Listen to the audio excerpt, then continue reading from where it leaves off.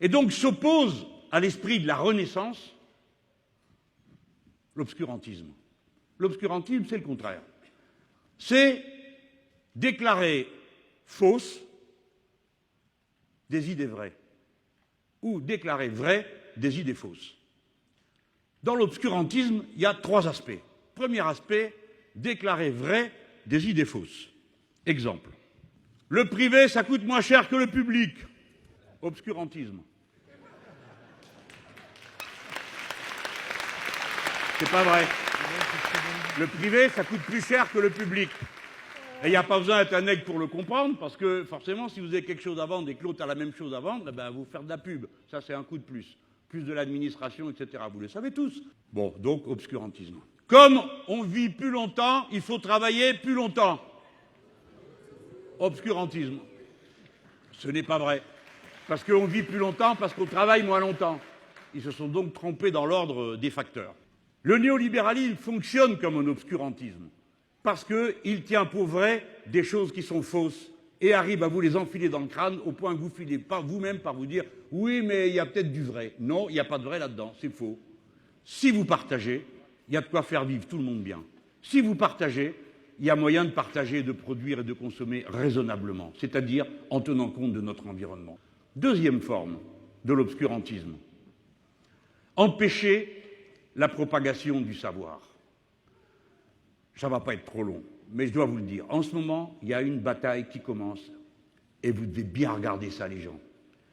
Parce que nous autres,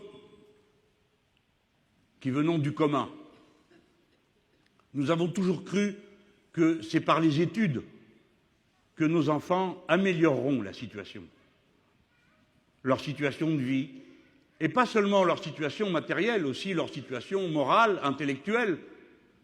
L'apprentissage, chez les êtres humains, produit ce qu'on appelle une culture cumulative. Nous sommes tous les enfants de milliers de livres écrits avant nous, de milliers d'expériences qui ont été vécues. Les êtres humains ne sont rien sans le savoir qu'ils ont en partage. D'où l'importance de continuer à partager le savoir, à le partager sans condition. C'est la règle de base de l'idée de l'éducation nationale dans notre pays, fondée par la grande révolution de 1789. L'instruction publique, telle que l'a réclamée Le Pelletier sans Fargeau ou Condorcet. On apprend à tout le monde, parce que plus on apprend, plus on est savant et plus tout le monde avance.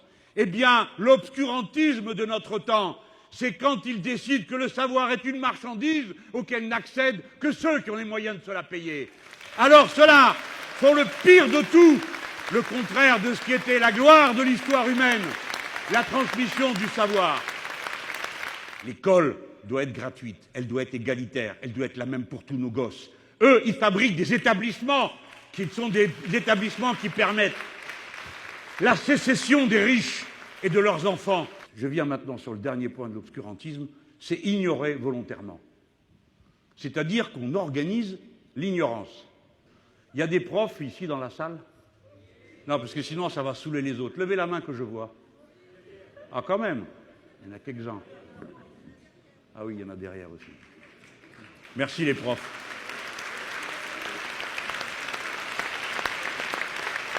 Alors vous autres les profs, il ne faut pas seulement vous préoccuper de l'organisation de l'école comme est en train de vouloir vous la faire M. Blanquer. Regardez bien.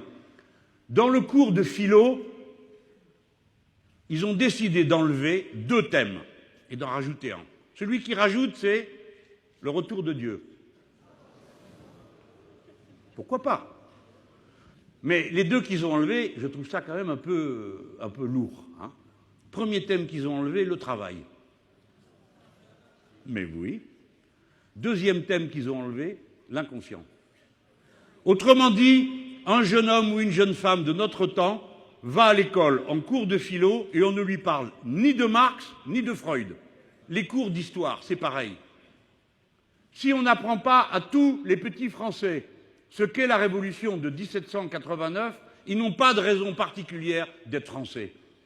Parce que être français, à part la carte d'identité sur laquelle c'est marqué que vous l'êtes, ce qui nous relie les uns aux autres, c'est le pacte politique liberté, égalité, fraternité. Quelle que soit la couleur de peau, quelle que soit la religion, quel que soit le savoir, la patrie est à tous parce que nous sommes républicains. Si les jeunes gens ne savent pas que la République n'est pas tombée du ciel, mais qu'elle est venue de la lutte populaire, qu'il a fallu renverser les privilèges, qu'on a dû faire face à tous ceux qui sont venus de toute l'Europe pour mater le peuple français, alors on prive les jeunes gens de quelque chose qu'ils sentent en eux, qui est une volonté de vivre et de faire et de bien vivre, qui est appuyée sur l'histoire, devient une force irrépressible qui peut vaincre toutes les difficultés. Et c'est à quoi correspond le sentiment d'insoumis? Si ça veut dire quelque chose, insoumis, c'est une manière d'être personnelle avant d'être un programme politique. Mais c'est aussi un programme politique.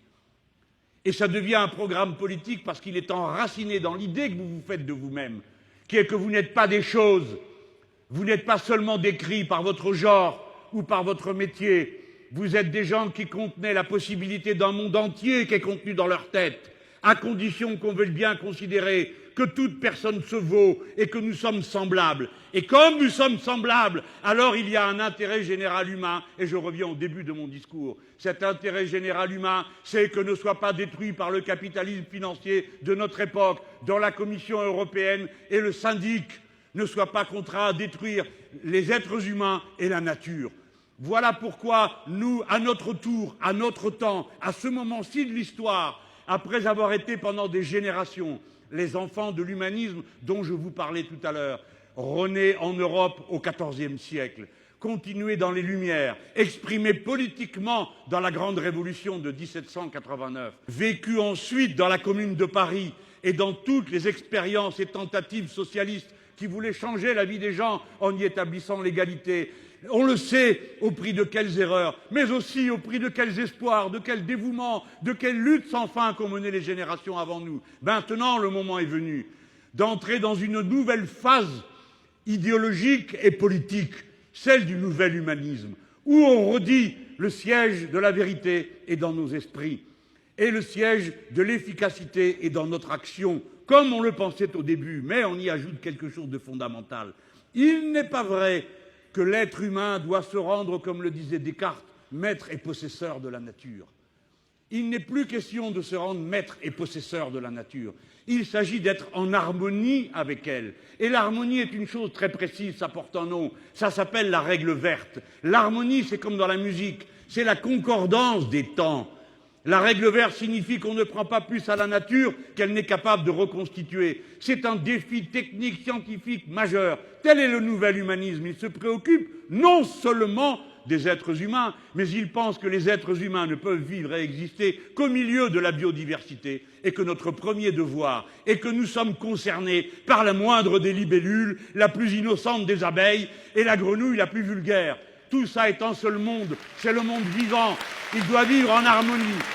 Alors, criminels et irresponsables, ceux qui n'assument pas cette responsabilité,